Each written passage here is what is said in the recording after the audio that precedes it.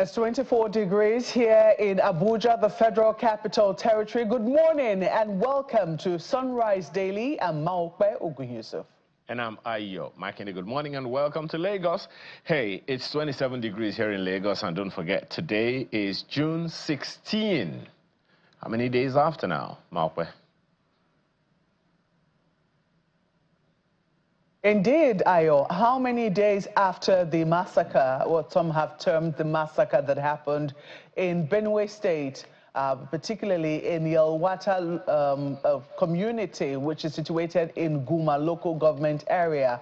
On our sister program this morning, we had the governor of the state, Reverend Father Hyacinth Alia, brief our colleagues on what transpired in the state.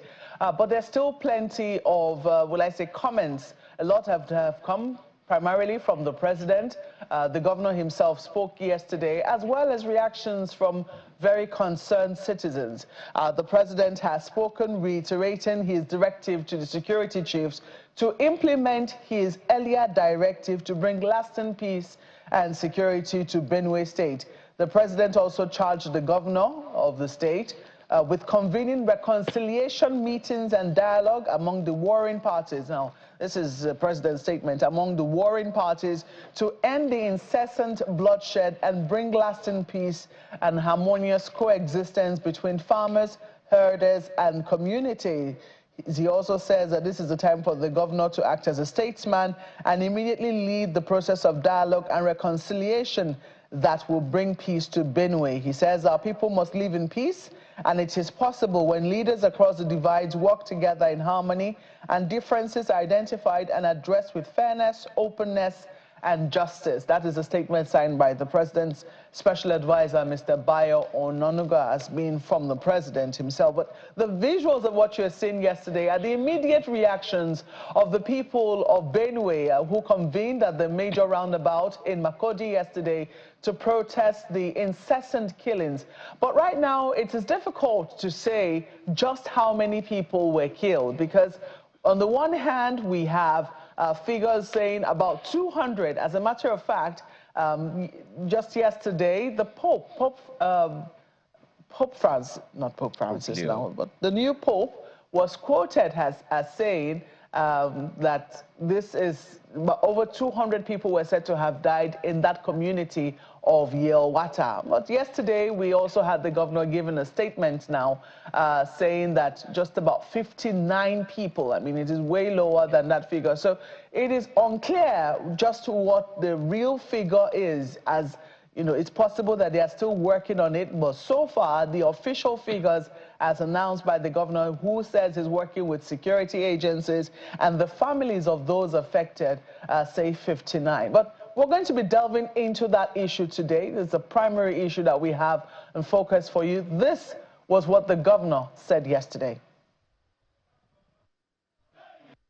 We lost quite a number of lives. When I say the official figures we have include those who are right on the ground, the DSIs, the military, and the police. Then we also try to do some head counts. So once we get from those angles, we target official report. And as we speak, the official reporting we have all received, and we compare notes.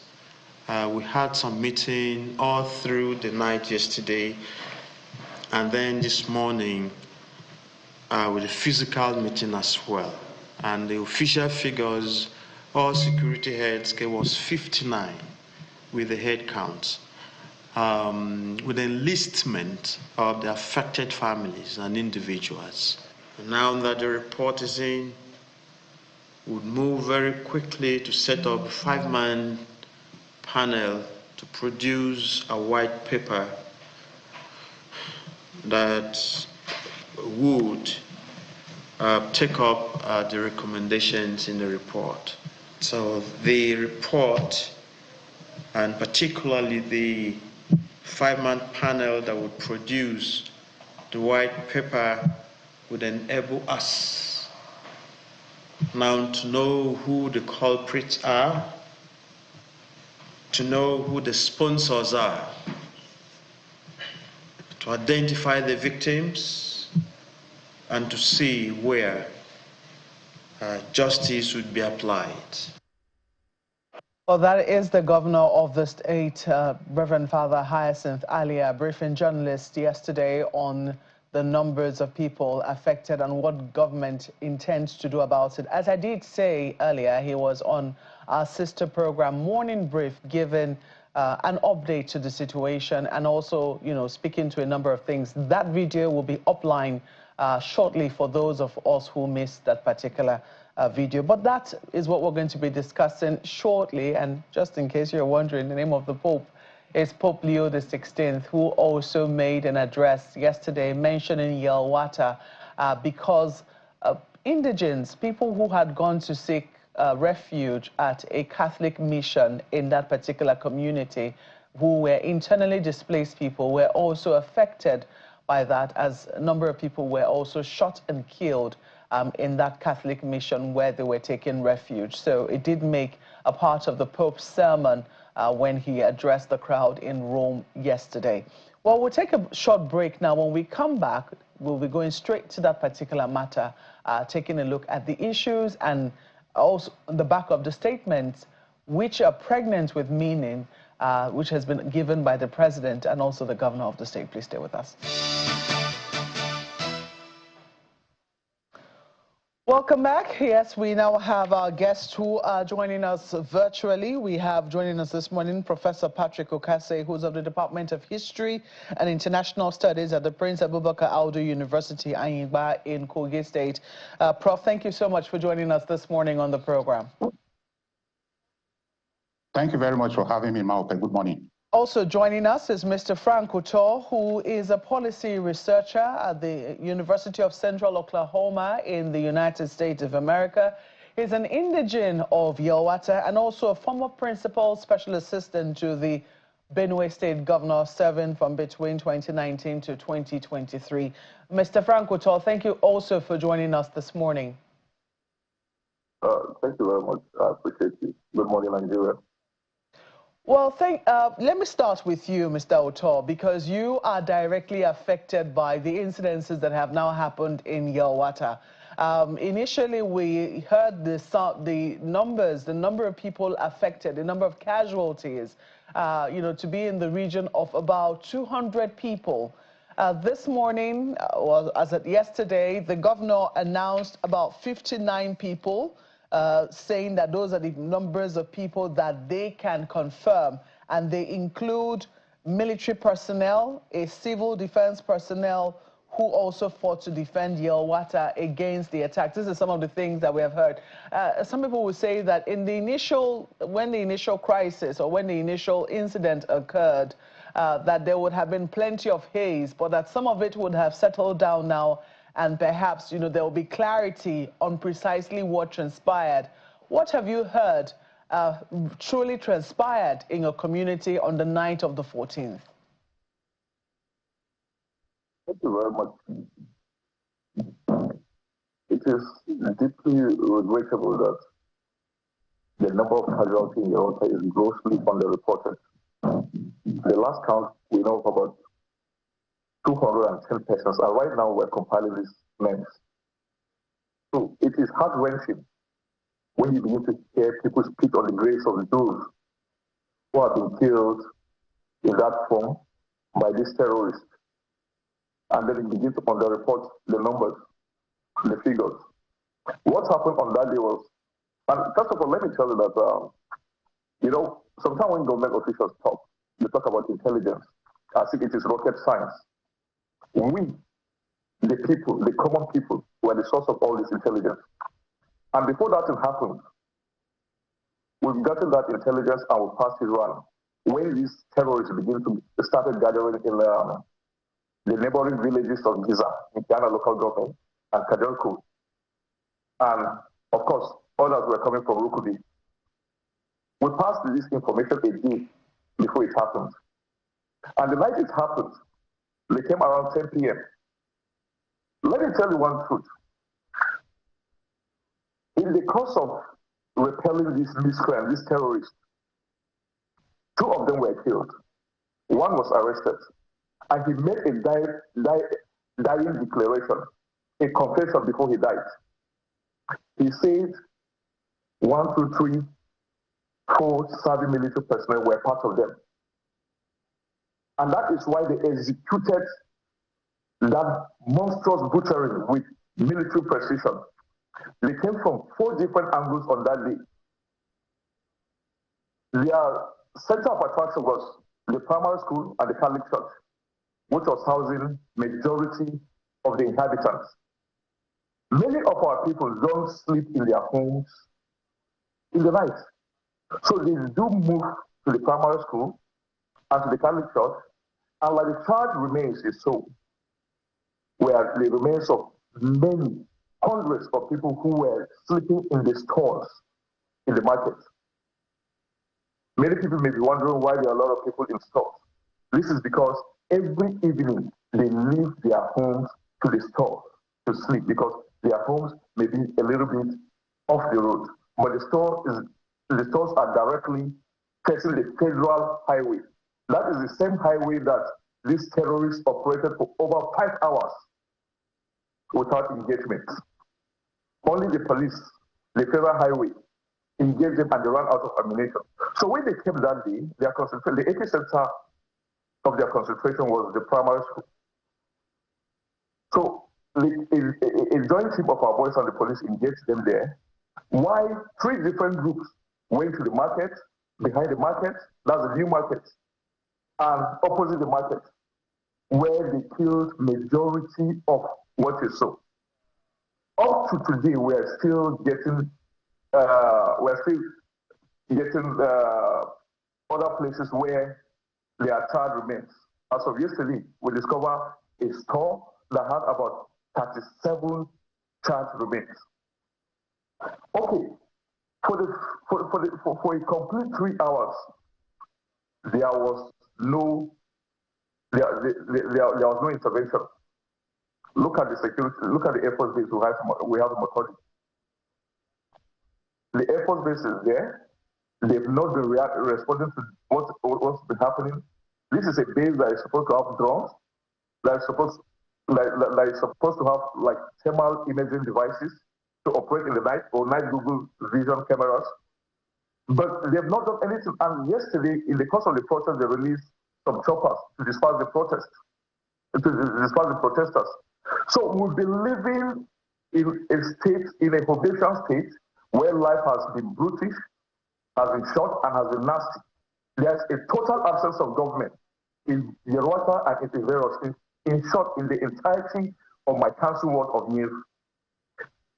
Day before yesterday, over 300 people were killed in a community that housed about 3,000 people. That's about 10%. When you want to relate that to what happened in 911, where about 3,000 Americans, so 4,000 Americans were killed. Related to America, if you consider our population, it's like killing about 8 million Americans. Related to what happened in Israel on October 7th, where about 1,200 Israelis were killed, it's like 360,000 Israelis killed, going by their population. So in a community of about 3,000 people, and you're coming to kill more than 300 people, that's more than 10% of that. And when you say 300 people, and I really, I think first it's important to say, our deepest condolences to the people of Yelwata, because, I mean, whatever happens in one part of Nigeria really should affect us all, and, people should be able to identify with the people of Yelwata. And I think that ideally, there should be no dispute over the figures. However, this is the situation that we have now found ourselves, where we now have to also question, the process of gathering these figures. What I want to know, and let me quickly go to our second guest while you ponder on this particular matter. Let me quickly go to Professor Okase, whom I'm sure, has been keeping tabs on what is happening in Benue, and also must have also seen the statements that have followed from the president and also from the governor as well. As someone who has, stayed with history and, of course, the implications internationally, what are your immediate assessment of what has transpired in Yelwata and in Benue in general?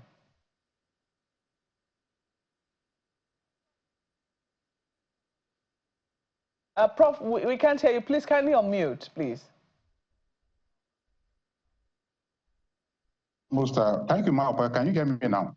Clearly. Okay, first and foremost, I would like to sympathize with the people of Benue, particularly the people of Yelwata, who lost loved ones. Maupe has not been able to sleep for 2 days. In fact, my 2 little daughters have been having nightmares since they watched or heard the news of the killing of several people in Yelwata.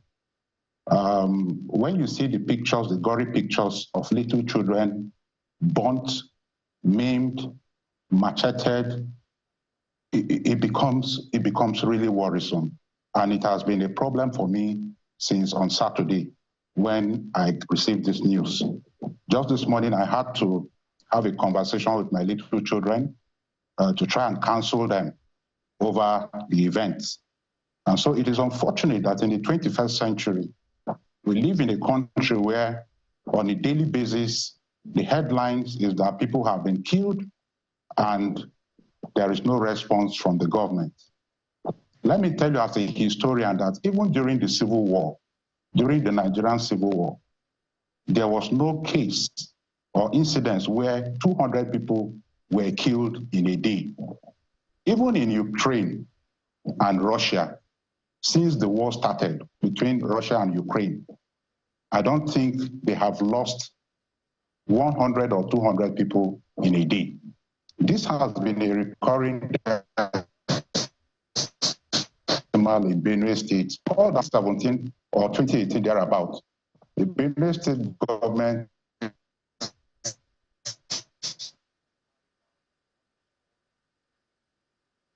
carried out what was called of well over 70 persons that were in, and life goes on. Apart from the people in that state that quite often are traumatized, sometimes as if nothing has really happened. People go on with their daily businesses and the next day it continues. And so that is what we have found, where we have found ourselves. Now, for a very long time, it would appear like my brother Otto said, that there is no government in Nigeria. We hear people talking about ungoverned spaces. And I've asked on a number of occasions, when we see ungoverned spaces, how do we mean? Do we borrow Western concepts, apply them, and now begin to apply them in our country? There is nothing like ungoverned spaces. We have a government in Nigeria. We have well over 774 local governments in Nigeria. We have members of the House of Reps. We have senators. We have councillors. We have 36 state governors, and we have a president of the republic. No space in Nigeria is ungoverned. And so if we are unable to provide security, which is the primary responsibility of government, it then means that there is failure of governance, not ungoverned spaces. And so you've noticed that it took the federal government well over 48 hours to even make a release on the Yelwata incidents. Even the Pope even spoke earlier than the federal government. And so it shows the extent to which we are less concerned about human lives. Elsewhere, when you lose a life, that country will remain at a standstill until action is taken. It is only in Nigeria that we lose lives. My apologies. And then if you can hear me, Prof. Talking about the number, some people will say, no, it's 59. Some people will say, no, it's 100. Talking about the number. Well, Prof, if you can hear me, perhaps, the issue is whether or not we are even looking at the issue, the circumstances or consequences the way we ought to. Let me come to you, Mr. Utu. You've worked with the government of Benue State before. This is definitely, you've also spoken to it. This is definitely not the first time this is happening. And it is sad and painful that we have to come to this from time to time. As someone who has worked with the government of Benue State before, what are the issues that we are not addressing? There have been allegations of intercommunal clashes, armed criminal groups, and there are those who also alleging political dynamics, political differences, consequently politically motivated killings, if we can put it that way. What are the issues, Mr. Uto, that we are not addressing, particularly concerning Benue?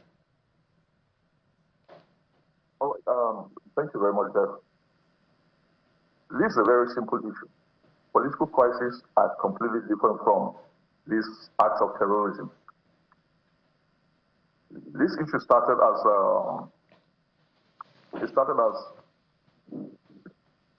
these guys in their quest to grab more land started killing our people way back, like the Prof says, about 20 years ago. Before then, we had a very cordial relationship with the Fulani. I particularly, I have majority of Fulani friends when I was growing up, even more than my tribal guys, because I was born and raised in Jos. I schooled in the famous government college, Kefi, where I had a lot of Fulani friends, and I had my IGMB in Kefi. And in the course of our growing up, my maternal grandfather, who is a Second World War veteran, by back from Makudi local government, who after coming back from Burma settled in an area called Moro in Morris under Akwanga and Garaku local government, Kokona local government of Nasarawa State. In those days, anytime we go to my grandfather's home, there's a very popular Fulani man who comes around every time to park his bicycle and go on a journey. Sometimes he lasts for about six months before coming back. Every time he's coming back, he brings Pura and Nono for us. He brings Mainshanu. You know, we had a very cordial relationship. But at a point, these people started needing more land. And so they felt that our land is more vital for their cattle. And that is the genesis of the problem. Because in the early days, even when a Fulani man strayed his cattle into a thief man's farm, they settled that amicably and sometimes he pays compensation. So in the build-up to all this, and so this is a build-up.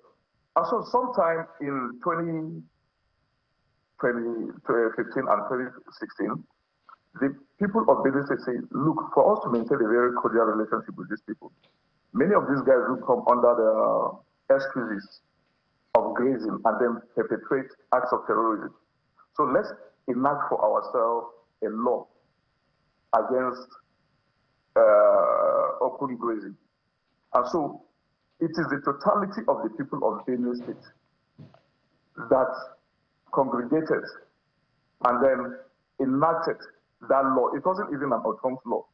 Otom only defended the law. He had a separate law before then, but he had to dance to the rhythm of the people of Benue State by accepting the law. So he defended that law, and that law has not been abrogated.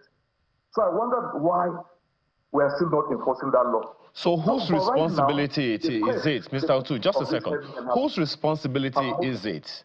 My apologies. Whose responsibility is it to enforce that law? That we have a state government and we have communities right there who can also, maybe one way or the other, be able to push back. Who should be enforcing this law? Shouldn't it be the Benue State government? Is the government of Benue State incapable? Jeff, first of all, we're dealing with land here. The entire land of Benue State belongs to the people of Benue State. It is only vested in the governor by law to hold in trust for the people. And of course, the local government chairman too, as the case may be in local communities. So it does not belong to any outsider. And so when we give ourselves that law, a lot of chief people also grace. They abided by that law and opened ranches. There are a lot of chief people ranches right now as we speak in Benue State. But you know, because these people have a different agenda to land grab, and not just land grab, to continue the jihad we started in the early 19th century, in the 1804, you know, that is the agenda. We know this because they've been saying that. So they came under this excuse of saying there was a clash between them and farmers. There has never been any clash between herders and farmers.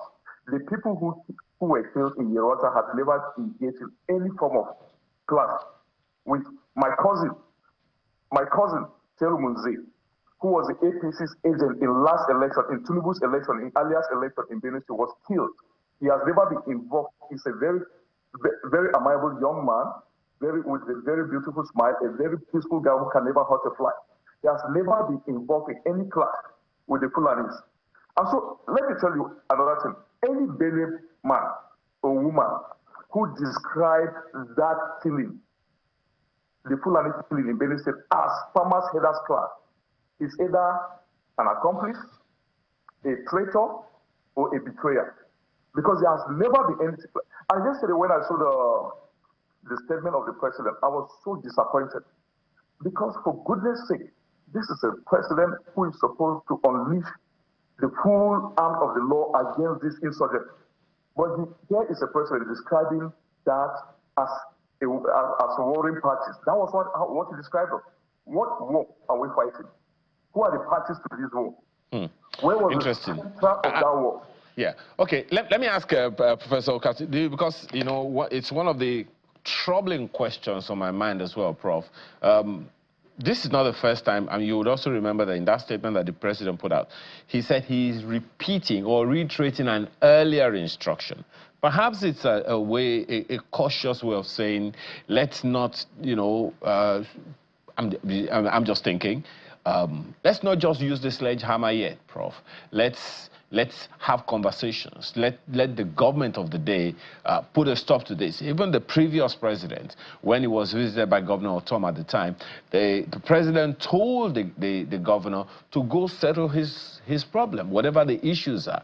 Perhaps there is some trace of saying, look, there is some information available at some point that the government of the day in Benue State should be able to deal with. For instance, I looked at it right now. The Minister of Defense is a northerner. The Minister of State for Defense is a northerner. The Minister of Police Affairs is a northerner. The Minister of State for Police Affairs is a northerner. The National Security Advisor is from the north, and the Minister in charge of Budget and National Planning directly is also from the north. So if these are political challenges, Prof, what then is the issue?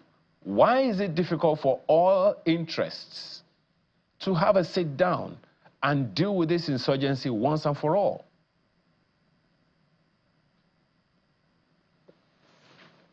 Well, thank you very much. The question you've asked me is a question I expect that you should ask authorities in power.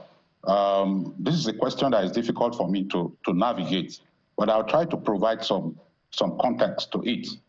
At some point, we all heard all kinds of comments from not just the federal government, but also the state government. And so I am not privy to the type of information that the president had and the duty of the country. But all I can say is that the president would always rely on certain security information and briefs from the governor and his security officials in the field. You recall that recently, the governor leveled some allegations, and these allegations have been many. At some point, the allegation was on politicians in Abuja, and then at some point again, he leveled allegations on some religious leaders, alleging that they were responsible for the conflict in Benue. And in another breath, he also blamed the people of the state. And so we have had a number of reasons why these attacks are taking place. And so it is possible that the president took a cue from the explanations of the governor to advise or request that there is need for the warring parties, if at all there is anything like that, to sit down and address this problem. Quickly take a listen to in my own opinion, like Frank said, there has never been any warring parties because. Yes. But then let's listen to what the governor said just this morning. Something? Yes, let's listen to what the governor said just this morning. Mark referenced it earlier. He was on our sister program earlier this morning. Let's listen to what he has to say about how this whole thing started. They were not necessarily Nigerians speaking the Hausa we know, or the Fulani we hear bit of. When you come to the axis of Nasarawa, this is why we're having a lot of challenges. There are a number of havens within the Nasarawa state, and there are routes where these people come through.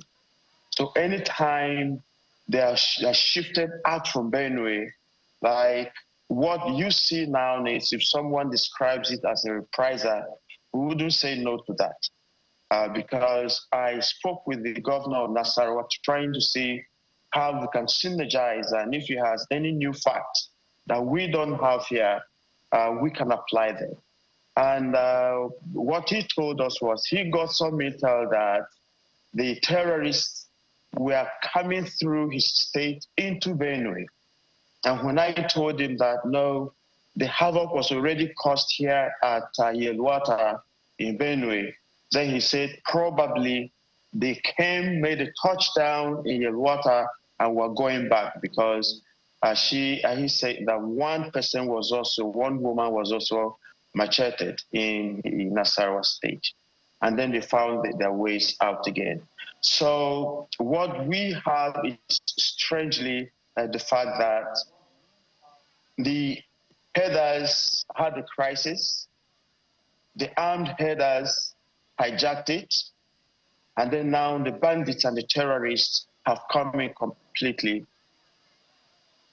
And that is the true situation on the ground.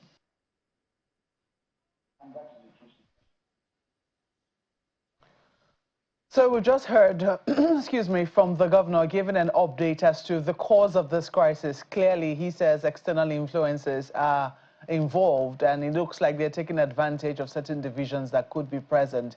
I don't know if for you, Mr. Oto, listening to what the governor said this morning in furtherance of the explanation of what he believes happened with that crisis is satisfactory for you. Thanks, Malcolm. If external forces are involved in crisis elsewhere, they are not the ones involved in the crisis in Benue State. Especially in my own place, I can authoritatively say this. They are not the ones involved.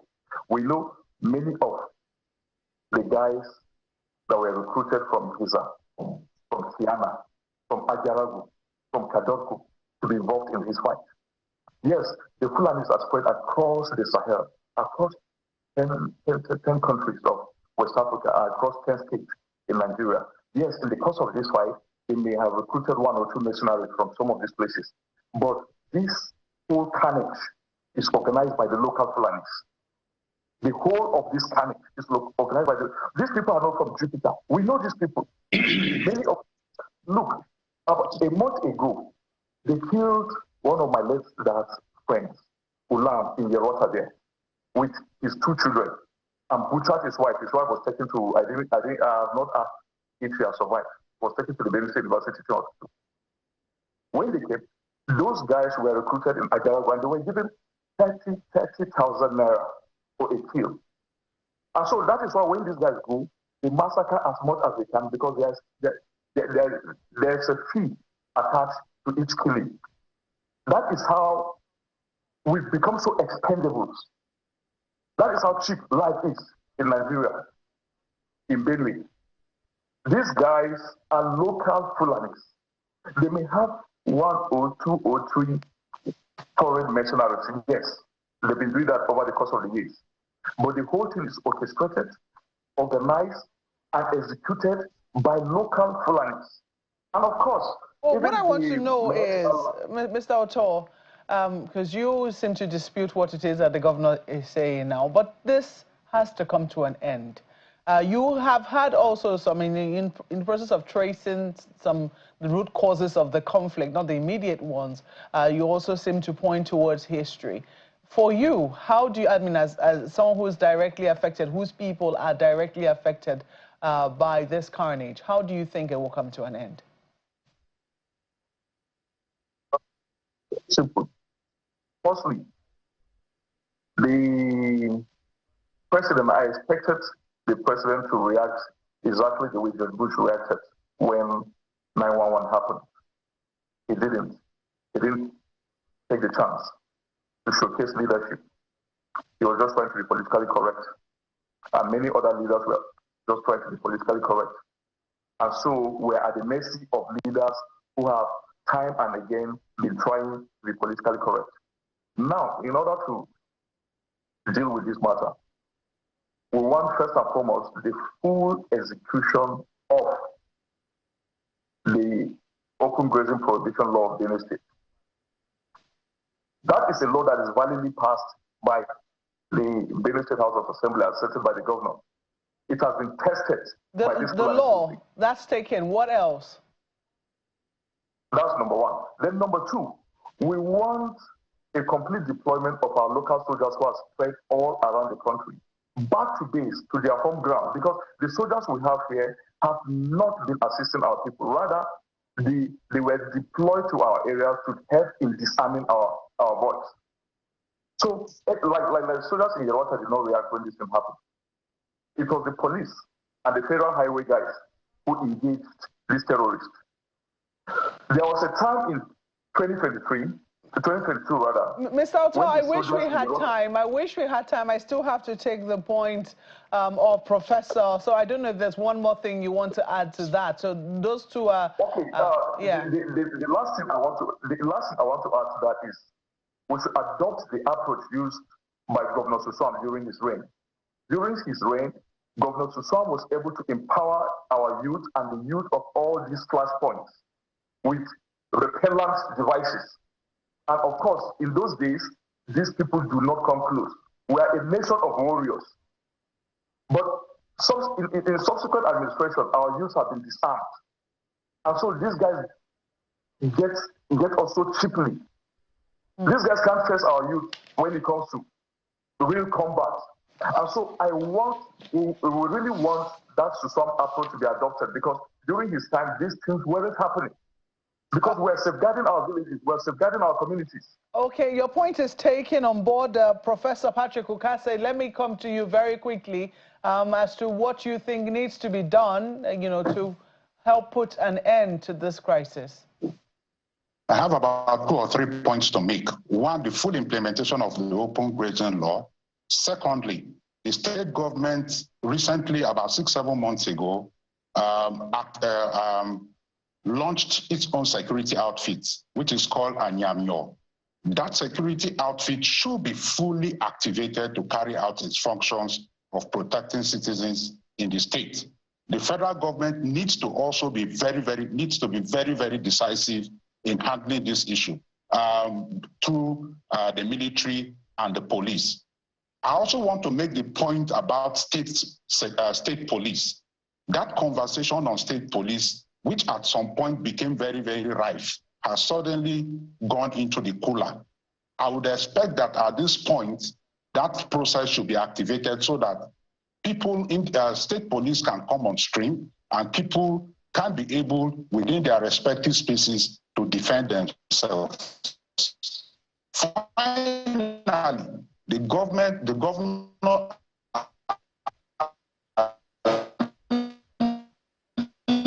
edged 2 weeks ago that and he promised to release the names of them. We are waiting anxiously to see if there are some accomplices within the state that are responsible for this crisis. I think some of these interventions are critical in resolving the security challenges that we face in Benue. And we have to thank you both for coming on Sunrise Daily this morning. Once again, our deepest condolences to the people of Yelwata and by extension to Benue as well. We'll do our best to keep this matter on the front burner and seek updates as needed. Thank you so much for speaking with us. Professor Patrick Ukase of the Department of History and International Studies, Prince Abubakar Audu University in Anyigba in Kogi State, and also Mr. Frank Otor, who's a policy researcher at the University of Central Oklahoma in the United States, and Yelwata indigene. Thank you so much for speaking with us this morning on Sunrise Daily.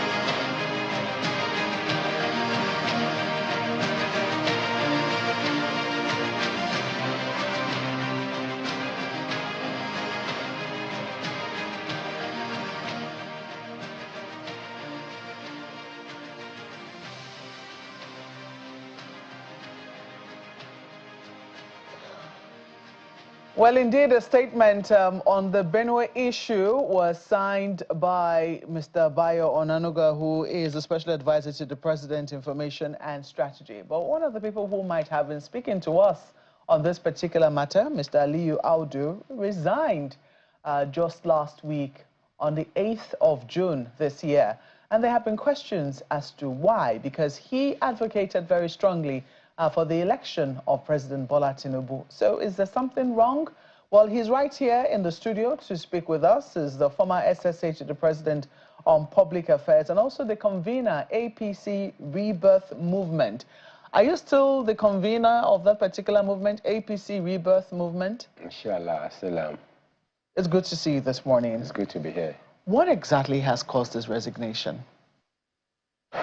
I think it's a matter of principle. It's a matter of, living for something greater than oneself. It's a matter of believing that Nigeria is not beyond fixing. It's a matter of, actually understanding what loyalty means and to what or to whom your loyalty should be absolute. And being bold enough to take a decision, even if it's at a personal cost, or even if, the future is uncertain, I'd rather face an uncertain future than, be certain with, an immoral today. So what exactly has happened? What is the immorality? It is no news that there was some sort of relationship between former governor of Rivers State, the current minister of FCT, and our then presidential candidate and the current president. In all honesty, there were a lot of justifiable reasons behind that. And because we were heading for election, the only thing bigger at that time than anything is ensuring we put our best foot forward. And clearly, from 1999 till date, there's been no better leader, than the current president, politically and administratively. But the moment we get there, it was a hard-fought battle. It was close, but everything was so against us that even it seemed like our party was against us. Our government then was against us, and it took the belief of a few people who understood what we needed at the point of 2023, the kind of president we needed to succeed the former president, so as to keep us on that track of actually realizing the Nigeria. It was hard fought, and we won.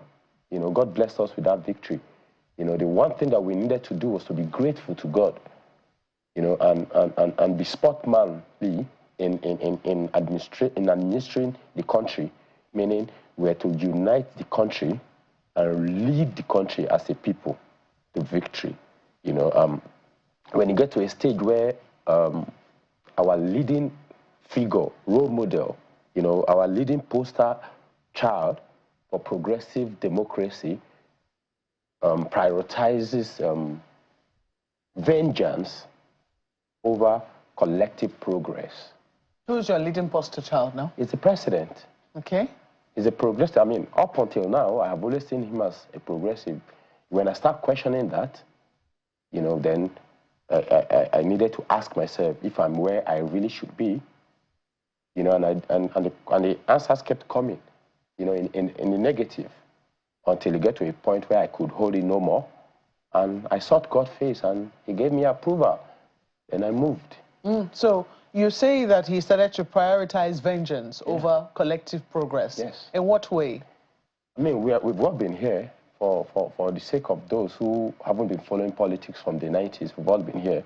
We know what PDP did to the oppositions between 2003 and 2011, specifically 2003 and 2007.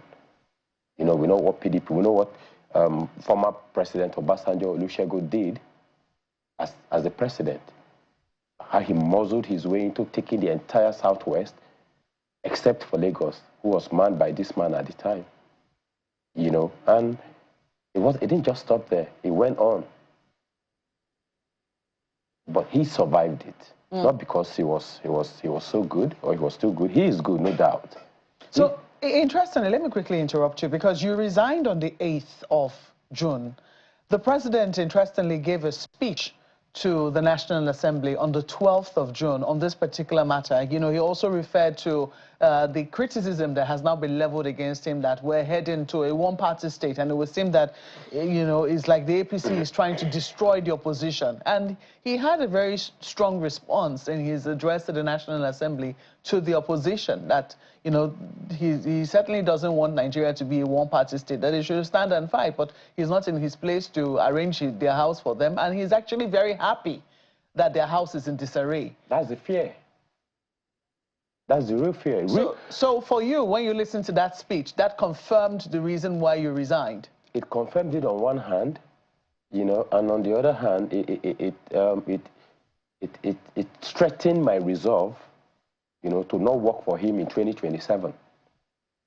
And I couldn't, in all honesty and all consciousness and with my conscience, be in his government knowing I am plotting against his removal in 2027, because I will. By God, we will remove him. By God, we will remove President Bola Ahmed Tinubu in 2027. And collectively, Nigerians will install a leader that will be our chosen, not his chosen, not any local. It will be our local. 2027 is Bobowa local. Every Nigeria Loma in 2027. So from one end, you've gone from one extreme now, advocating very strongly for President Bola Ahmed Tinubu to become president. He became president. You were in his cabinet speaking for him as his public affairs spokesperson. And now you have not only resigned, you say you're going to the other end, you know, to say you're going to work against him because he's overseeing the opposition in disarray. No, I'm not quite getting the why. Our progress will come from healthy competition. Human progress comes from healthy competition. Allah subhanahu wa ta'ala, the God Almighty, allow coexistence of belief and disbelief. When God created the world, before God created man, he had created angels, he had created jinns before he created man. But of these three creatures, only two he gave the sense of what is right and what is wrong. And that's the free will, the freedom that he gave to jinn and mankind. And it's upon this freedom that he's going to judge what we do with it on the last day. When you don't give a man a freedom, you cannot assess his performance. The angels are not going to be questioned on the last day because they don't even have the opportunity to err against God. They are built to like the zombies you have today, they are built to honor God day and night. They can't even make error. But in this case, it's about you don't necessarily need to help your opposition get up. But they are Nigerians. You don't succeed until every Nigerian succeeds. So as a president, your responsibility is primarily the success of every Nigerian. I mean, how are you afraid of the person who was here yesterday and you were here and you defeated him? And you're now here and you think getting someone to permanently kneel on the person's neck or getting them, you know, you are more interested in finishing them than in moving forward collectively. I mean, he might have said he's not about that, but he said in Lagos that there's nothing wrong with one-party state. I've heard him say that there's nothing wrong with one-party state. That was wrong, and it's still wrong. And now with what he said, how it is not even true. What on earth is Wike doing in our government? If he's going to leave PDP, he should leave PDP. No, you don't believe in government of national unity? If you are doing government of national unity, you deal with the party, because the party is what we have on the ballot. Not Bola Ahmed Tinubu president, it's APC. Not Atiku Abubakar, PDP.